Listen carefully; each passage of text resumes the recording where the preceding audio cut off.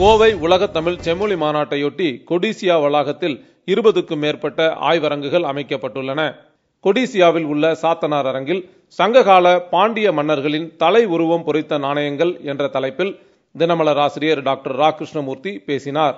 சங்ககால மன்னர்கள் கிரேக்கர்கள் ரோமானியர்கள் வெளியிட்டது போல் பண்டைய தமிழகத்தை ஆண்ட பாண்டிய மன்னர் தலை பொறிக்கப்பட்ட நாணயங்கள் வெளியிடப்பட்டது பற்றி விளக்கினார்.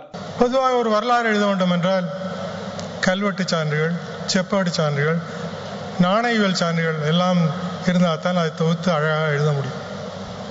1984ஆம் ஆண்டு இந்த குழப்ப நிலைக்கு ஒரு முடிவு வந்தது. அந்த ஆண்டு தான் நான் ஒரு மதுரை ஒரு பழைய பொருட்கள் விற்கும் ஒரு வணிகரிடம் சில நாணயங்களை வாங்கினேன். அந்த நாணயத்தில் பெருவழுதி என்ற பெயர் பொறிக்கப்பட்டிருந்தது.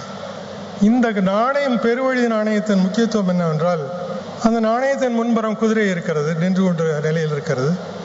அதன் மேல் பெருவழுதி என்ற பெயர் சுற்றோடு இருக்கிறது. அந்த நாணயத்தின் முகத்தின் கீழ் ஒரு தொட்டியில் 2 ஆமைகளை பார்க்கிறோம். மின்னங்காலின் கீழ் 3 கையுடைய ஒரு சின்னமும் இருக்கிறது. பின்புறம் கோட்டோடியுடைய மீன் சின்னம்.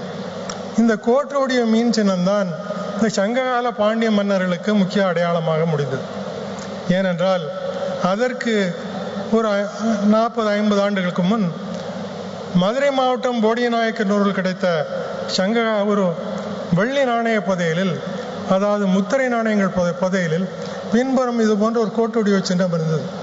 அதை படித்த பெரியவர் விஞ்ஞானி கோசாம்பி அவர்கள் இந்த காட்சிகள் எல்லாம் மௌரிய அரசர்களின் வழி வந்த சிற்றரசர்கள் வெளியிட்ட நாணயங்கள் என்று கூறுறார்.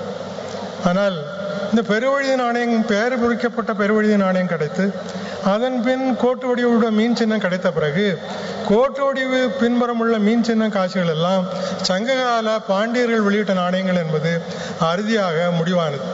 சோழ மன்னர்களின் உருவம் பொறிக்கப்பட்ட நாணயங்கள் கண்டுபிடிக்கப்பட்டனவா என்று அமைச்சர் எழுப்பிய கேள்விக்கு பதிலளித்த ஆசிரியர், சங்ககால சோழ மன்னர் உருவம் பொறிக்கப்பட்ட நாணயம் டச்சு தொல்லியலால் கண்டுபிடிக்கப்பட்டு லண்டனில் இருந்து வெளியாகும் நாணயவியல் பத்திரிகையில் படத்துடன் செய்தி வெளியாகி இருந்தது என்று கூறினார்.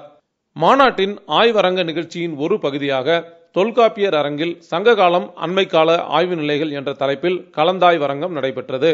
மொழி நோக்கு, இலக்கிய நோக்கு, கல்வெட்டியல் நோக்கு, தொல்லியல் நோக்கு போன்ற தலைப்புகளில் பல்வேறு வல்லுநர்கள் பேசினர்.